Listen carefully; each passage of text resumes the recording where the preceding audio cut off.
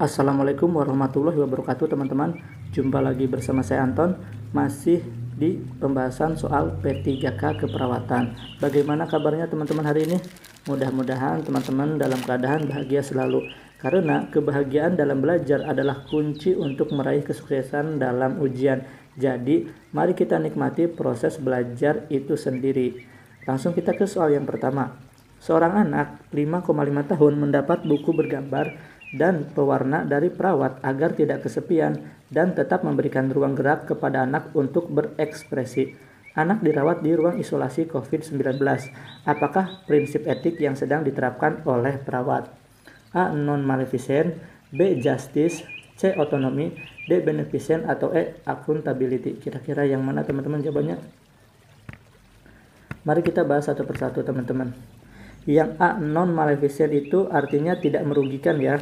Kemudian justice itu keadilan, otonomi itu menghargai hak pasien, beneficent itu berbuat baik. Jadi jawabannya adalah yang D. Kalau yang E, accountability itu adalah bertanggung jawab. Baik, kita ke soal berikutnya. Perawat sedang melakukan pemeriksaan DDST 2 kepada anak dan saat ini sudah menuliskan nama dan menghitung usia kronologis anak. Apa yang selanjutnya dilakukan oleh perawat? A. Menarik garis dari kiri ke kanan sesuai usia anak. B. Menarik garis vertikal dari atas ke bawah sesuai dengan usia kronologis anak. C. Melakukan pengkajian pada setiap sektor.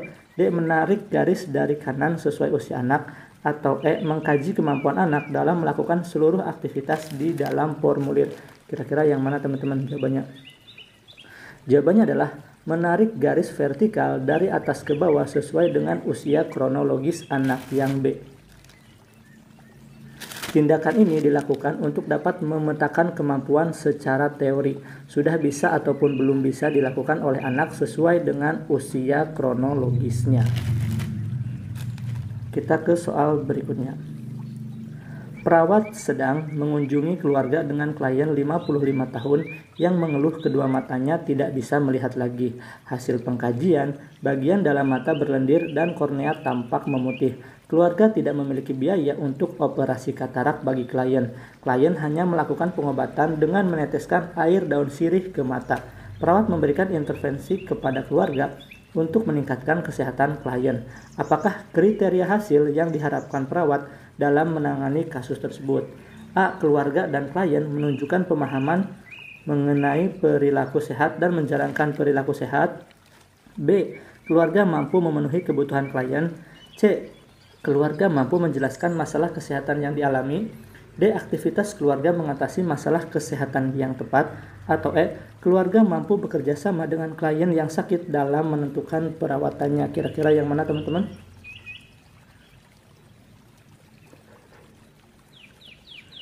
Ya, diagnosa keperawatan berdasarkan kasus tersebut adalah manajemen kesehatan tidak efektif ya, karena ini pengobatannya itu hanya meneteskan air daun sirih. Kemudian kriteria hasil yang dapat dilakukan sesuai dengan diagnosis keperawatan klien yaitu dengan mendorong aktivitas keluarga mengatasi masalah kesehatan dengan tepat sesuai dengan kondisi keluarga yang sakit pada saat ini. Jadi jawabannya adalah yang D. Baik, kita ke soal berikutnya.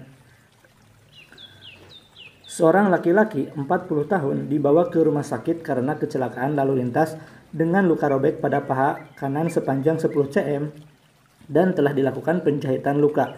Pasien mengeluh nyeri skala 3 dan tampak kemerahan di sekitar area jahitan. Tekanan darah 130/80 mmHg, frekuensi nadi 88 kali per menit. Pasien memiliki riwayat DM dan penyembuhan luka lambat. Apakah kriteria hasil utama yang diharapkan kepada pasien? A. Glukosa darah pasien dalam batas normal. B. Pengetahuan pasien tentang asupan nutrisi yang tepat meningkat. C. Tidak terjadi infeksi pada luka. D. Nyeri dirasakan pasien berkurang. Kemudian E. Pasien tidak mengalami kesulitan tidur. Kira-kira yang mana teman-teman jawabannya? Di sini kita mendapatkan data kalau pasien mengalami luka robek pada paha kanan sepanjang 10 cm dan telah dilakukan penjahitan luka. Kemudian pasien mengeluh nyeri skala 3 dan tampak kemerahan di sekitar area jahitan. Kemudian pasien juga memiliki riwayat diabetes mellitus. Jadi kira-kira ini diagnosa keperawatannya apa? Kalau diagnosa keperawatannya yaitu gangguan integritas jaringan ya, atau gangguan integritas kulit. Maka kriteria hasil yang diharapkan adalah tidak terjadi infeksi pada luka, karena tindakan yang akan kita lakukan itu adalah perawatan luka. Di sini ada tampak kemerahan di area jahitan. Jadi kriteria hasil dari perawatan luka adalah tidak terjadi infeksi kepada luka. Baik, soal nomor 5. Di sebuah desa terjadi peningkatan terjadi penyakit tidak menular, terutama kasus DM, hipertensi, dan PPOK. Salah satu upaya untuk mengatasi masalah ini dengan meningkatkan peran serta masyarakat dalam pencegahan dan deteksi dini faktor risiko PTM atau penyakit tidak menular. Apakah jenis kegiatan yang dimaksud? A. Pembentukan posbindu, B. Pembentukan polindes, C. Pembentukan karang taruna, D. Pembentukan posyandu, atau E. Pembentukan lembaga pemberdaya masyarakat atau LPM. Kira-kira yang mana teman-teman? Jadi di sebuah wilayah terjadi peningkatan penyakit tidak menular khususnya DM dan hipertensi, dan ada lagi PPOK. Akan dilakukan upaya untuk meningkatkan peran masyarakat dalam mencegah dan mendeteksi dini faktor PTM tersebut. Berdasarkan data di atas, maka jenis kegiatan yang saat ini sedang atau harus dilakukan adalah pembentukan posbindu yang A. Soal nomor 6. Seorang laki-laki 33 tahun dibawa ke rumah sakit dengan keluhan diare yang tidak kunjung sembuh sejak 2 minggu yang lalu. Hasil pengkajian, wajah pucat, membran mukosa kering, terdapat sariawan di mulut klien sehingga klien malas makan, bising usus hiperaktif, dan terjadi penurunan berat badan yang signifikan. Berat badannya itu adalah 45 kg, tinggi badan 165 cm.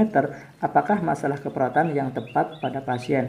A. Gangguan integritas jaringan, B. Kekurangan volume cairan, C. Perfusi perifer tidak efektif, D. Defisit nutrisi, atau E. Diare. Kira-kira yang mana teman-teman jawabannya?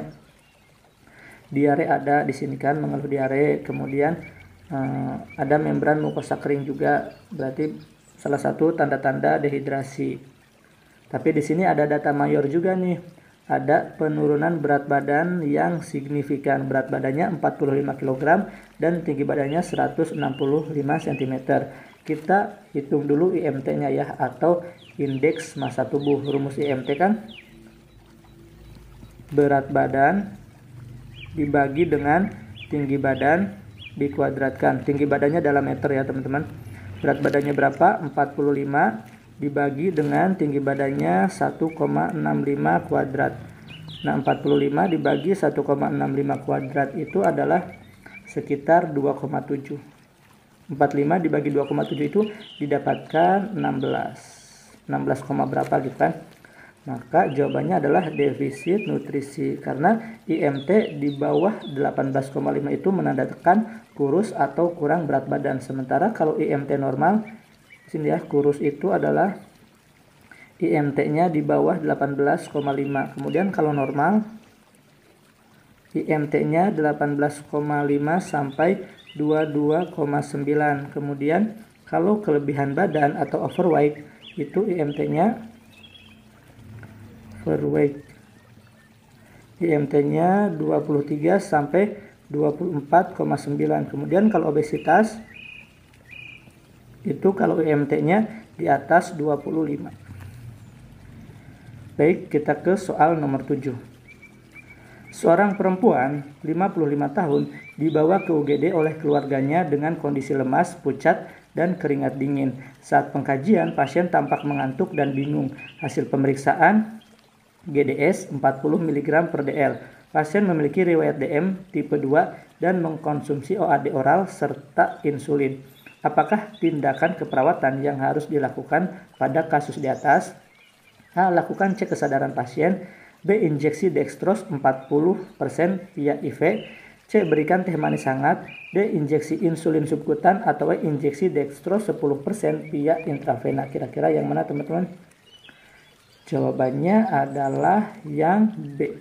Injeksi dextrose 40% via intravena. Jadi pada kasus hipoglikemia dengan gejala penurunan kesadaran perlu diberikan cairan dextrose 40% melalui intravena, kurang lebih, atau biasanya sih ini kan kita kolaborasi dengan dokter ya, itu 2 flakon ya.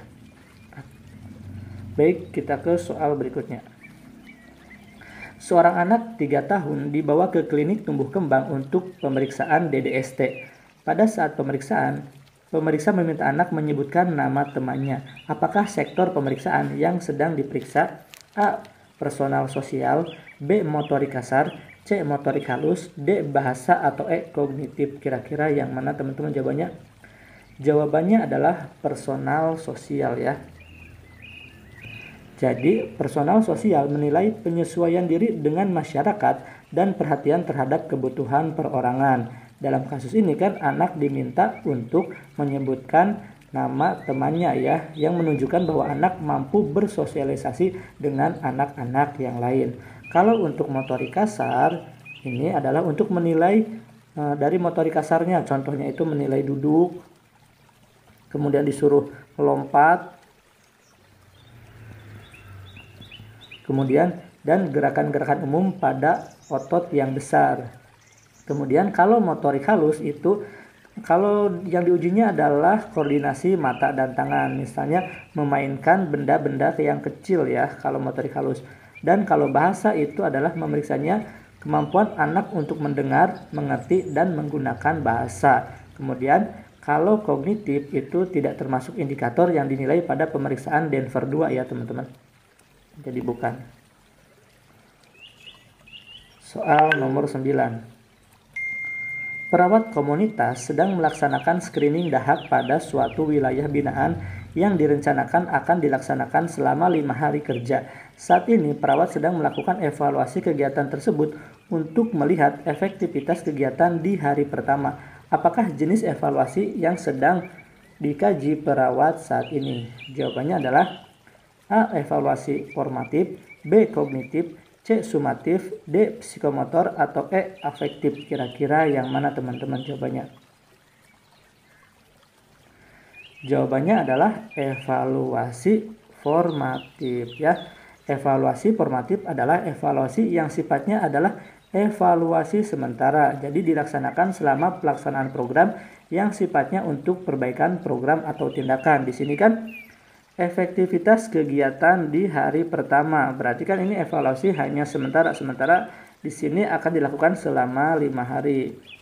Dan kalau evaluasi final atau secara menyeluruh adalah evaluasi sumatif, yaitu evaluasi untuk menilai hasil secara keseluruhan dari program yang telah selesai dilaksanakan, apakah berhasil atau tidak, atau ditunjukkan dengan melihat apakah terjadi perubahan perilaku klien setelah diberikan penyuluhan atau tidak. Misalnya, kita memberikan penyuluhan mencuci tangan 6 langkah kepada anak SD. Nah, kalau evaluasi formatif itu contohnya acara dilakukan tepat waktu dan yang hadir itu 90%. Nah, itu evaluasi formatif. Kalau evaluasi sumatif itu hasilnya misalnya setelah acara tersebut 95% anak mencuci tangan dengan cara 6 langkah. Itu adalah evaluasi sumatif. Kalau evaluasi kognitif apa? Kalau evaluasi kognitif itu untuk mengukur pengetahuan individu atau masyarakat. Misalnya yang tadi kita lanjut setelah memberikan edukasi cuci tangan, kemudian kita tes mereka tahu nggak sih tentang 6 langkah cuci tangan. Nah, itu adalah kognitif.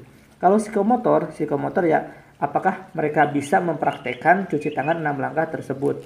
Kemudian kalau afektif ini evaluasi yang melibatkan emosi.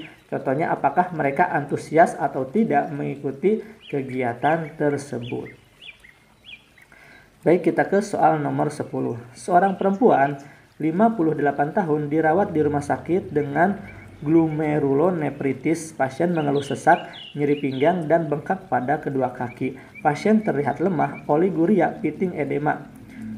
Jugularis vena pressure adalah positif 3. Edema positif 3, maaf. Kemudian JPP-nya 9 cm, H2O hematokritnya 34%, tekanan darah 170/110 mmHg, nadi 84 kali per menit, suhu 36,8 derajat Celcius, RR 22 kali per menit, dan berat badan 68 kg. Pasien mendapatkan medikasi drip furosemid 20 mg dalam 2 jam. Apakah kriteria evaluasi keperawatan yang diharapkan? A. Frekuensi buang air kecil menurun. Bukan ya, harusnya meningkat karena di sini diberikan furosemid. Ini gunanya untuk menurunkan atau menarik cairan karena di sini ada pitting edema dan oliguria. Kemudian urin output 34 sampai 68 mili per jam ini bisa kita ambil karena urin output normal per jam itu adalah 0,5 mili per kilogram berat badan ya, sampai dengan 1 mili per kilogram berat badan per jam gitu ya, per kgbb per jam. Nah, ini berarti 0,5 dikali 68 itu adalah 34 dan 1 dikali 68 itu adalah 68 ya. Jadi jawabannya adalah yang B. Oke, yang lainnya enggak ya, bukan ya, karena di sini kriteria evaluasi dari diberikan furosemid ini. Baik teman-teman, itu saja yang bisa saya sampaikan. Semoga sukses di ujian P3K nanti. Kita bertemu di video selanjutnya. Wassalamualaikum warahmatullahi wabarakatuh.